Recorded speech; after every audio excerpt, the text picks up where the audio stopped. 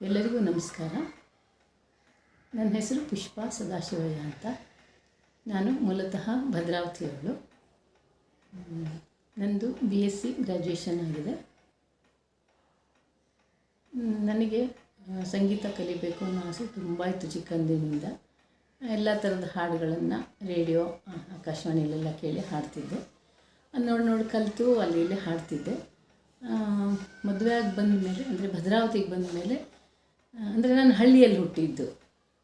ಭದ್ರಾವತಿಗೆ ಬಂದ ಮೇಲೆ ಅಲ್ಲಿ ಸಂಗೀತ ಕಲಿಯೋಕ್ಕೆ ಒಂದು ಅವಕಾಶ ಸಿಕ್ತು. ನಮ್ಮನೆಯವರು ತುಂಬ ಪ್ರೋತ್ಸಾಹ ಕೊಟ್ಟು ನನಗೆ ಸಂಗೀತ ಕಲಿಯೋದಕ್ಕೆ ಬೆಂಬಲ ಕೊಟ್ಟರು. ಕ್ಲಾಸಿಗೆ ಕಳಿಸಿದರು.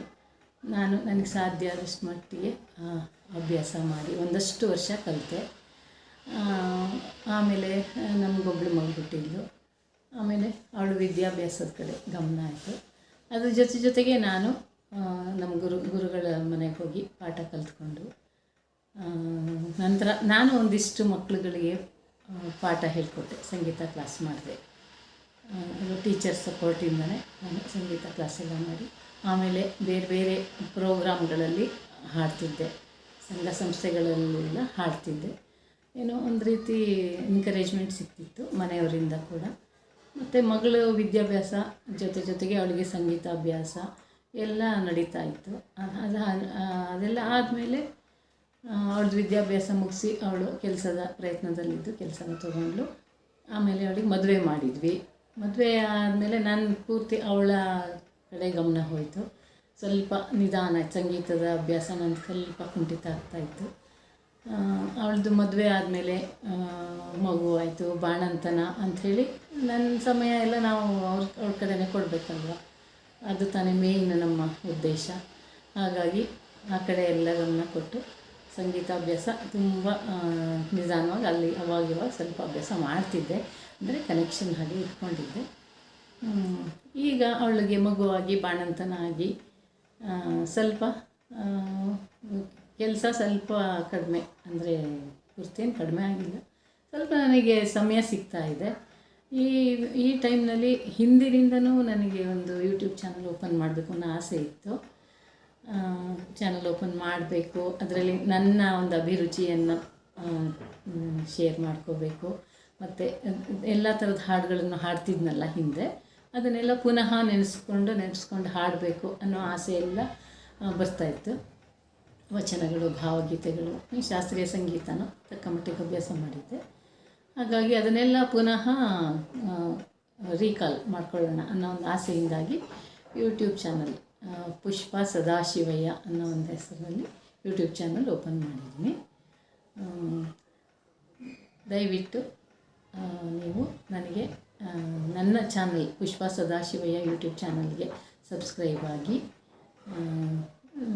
ದಯವಿಟ್ಟು ವೀಕ್ಷಣೆ ಮಾಡಿ ನಿಮ್ಮ ಅನಿಸಿಕೆಗಳನ್ನು ಕಮೆಂಟ್ ಮುಖಾಂತರ ಹೇಳಿ ಅಂತ ಕೇಳ್ಕೊತಾ ಇದ್ದೀನಿ ವೀಕ್ಷಕರಲ್ಲಿ. ಎಲ್ಲ ಥರದ ಹಾಡುಗಳು, ಕನ್ನಡ ಹಾಡುಗಳು, ಹಿಂದಿ ಹಾಡು, ಯಾಕಂದರೆ ನಮ್ಮ ತಂದೆ ತಾಯಿನೂ ಸ್ವಲ್ಪ ಹಾಡ್ತಾಯಿದ್ರು. ಆ ಒಂದಿದ್ರ ಮನೆಯಲ್ಲಿ ಎಲ್ಲರೂ, ನಮ್ಮ ಮನೇಲಿ ಅಕ್ಕ ತಂಗಿಯರು, ಅಣ್ಣ ತಮ್ಮಂದಿರು ಎಲ್ಲರೂ ಹಾಡ್ತಿದ್ರು. ನಾವು 7 ಜನ ಮಕ್ಕಳು, ಎಲ್ರಿಗೂ ಸಂಗೀತದಲ್ಲಿ ಅಭಿರುಚಿ ಇತ್ತು. ಅಂದರೆ ನನಗೆ ಕಲಿಯೋದಕ್ಕೆ ಭದ್ರಾವತಿಗೆ ಬಂದಮೇಲೆ ಕಲಿಯೋಕ್ಕೆ ಅವಕಾಶ ಆಯಿತು.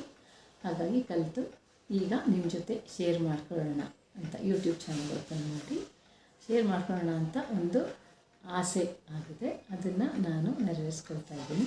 ದಯವಿಟ್ಟು ವೀಕ್ಷಣೆ ಮಾಡಿರೋರೆಲ್ಲರೂ ನನ್ನ ಚಾನಲ್ ಪುಷ್ಪಾ ಸದಾಶಿವಯ್ಯ ಯೂಟ್ಯೂಬ್ ಚಾನಲ್ನ ಸಬ್ಸ್ಕ್ರೈಬ್ ಆಗಿ. ಈಗ ನಾನು ಒಂದು ದೇವರನಾಮ, ಕನಕದಾಸರು ರಚಿಸಿರುವ ಒಂದು ದೇವರನಾಮವನ್ನು ಹಾಡ್ತೀನಿ. ಅದು ಹಂಸಧ್ವನಿ ರಾಗದಲ್ಲಿದೆ, ಆದಿತಾಳ. ನಮ್ಮಮ್ಮ ಶಾರದೆ ಉಮಾ ಮಹೇಶ್ವರಿ, ನಿಮ್ಮೊಳಗಿಹ ನ್ಯಾರಮ್ಮ. ನಮ್ಮಮ್ಮ ಶಾರದೆ ಉಮಾ ಮಹೇಶ್ವರಿ, ನಿಮ್ಮೊಳಗಿಹ ನ್ಯಾರಮ್ಮ. ಕಮ್ಮಗೋಲನ ವೈರಿ ಸುತನಾದ ಸುಂಡಿಲ, ಹೆಮ್ಮೆಯ ಗಣನಾಥನೇ ಕಣಮ್ಮ. ನಮ್ಮಮ್ಮ ಶಾರದೆ ಉಮಾ ಮಹೇಶ್ವರಿ ನಿಮ್ಮೊಳಗಿಹನ್ಯಾರಮ್ಮ.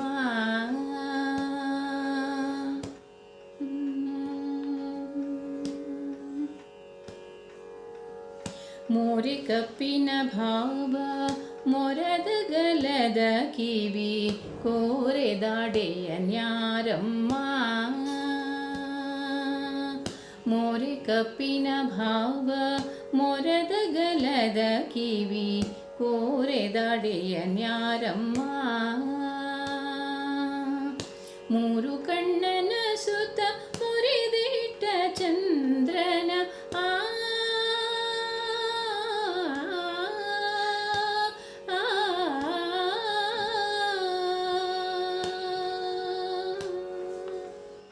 ಮೂರು ಕಣ್ಣನ ಸುತ ಮುರಿದಿಟ್ಟ ಚಂದ್ರನ ಧೀರತ ಗಣನಾಥನೇ ಅಮ್ಮಯ್ಯ. ನಮ್ಮಮ್ಮ ಶಾರದೆ ಉಮಾ ಮಹೇಶ್ವರಿ ನಿಮ್ಮೊಳಗಿಹನ್ಯಾರಮ್ಮ.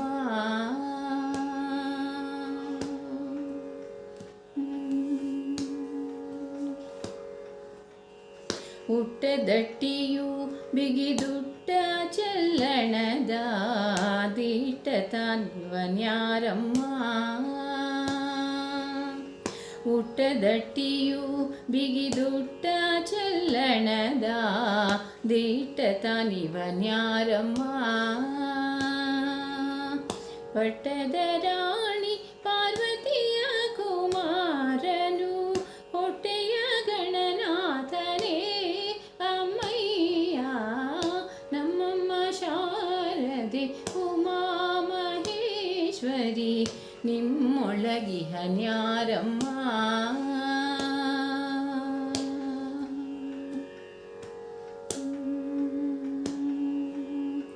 ರಾಶಿ ವಿದ್ಯೆಯ ಬಲ್ಲ ರಮಣಿ ಹಂಬಲನೊಲ್ಲ ಭಾಷಿಗನಿವನ್ಯಾರಮ್ಮ. ರಾಶಿ ವಿದ್ಯೆಯ ಬಲ್ಲ ರಮಣಿ ಹಂಬಲನೊಲ್ಲ ಭಾಷಿಗನಿವನ್ಯಾರಮ್ಮ. ಲೇಸಾಗಿ ಜನರ ಸಲಹುವಕಾಗಿ ನೆಲೆಯಾದಿ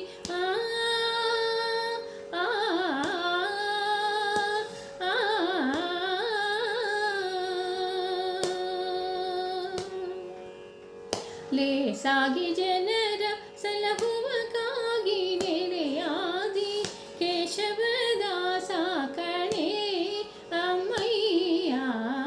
ನಮ್ಮಮ್ಮ ಶಾರದೆ ಉಮಾ ಮಹೇಶ್ವರಿ ನಿಮ್ಮೊಳಗಿಹನ್ಯಾರಮ್ಮ.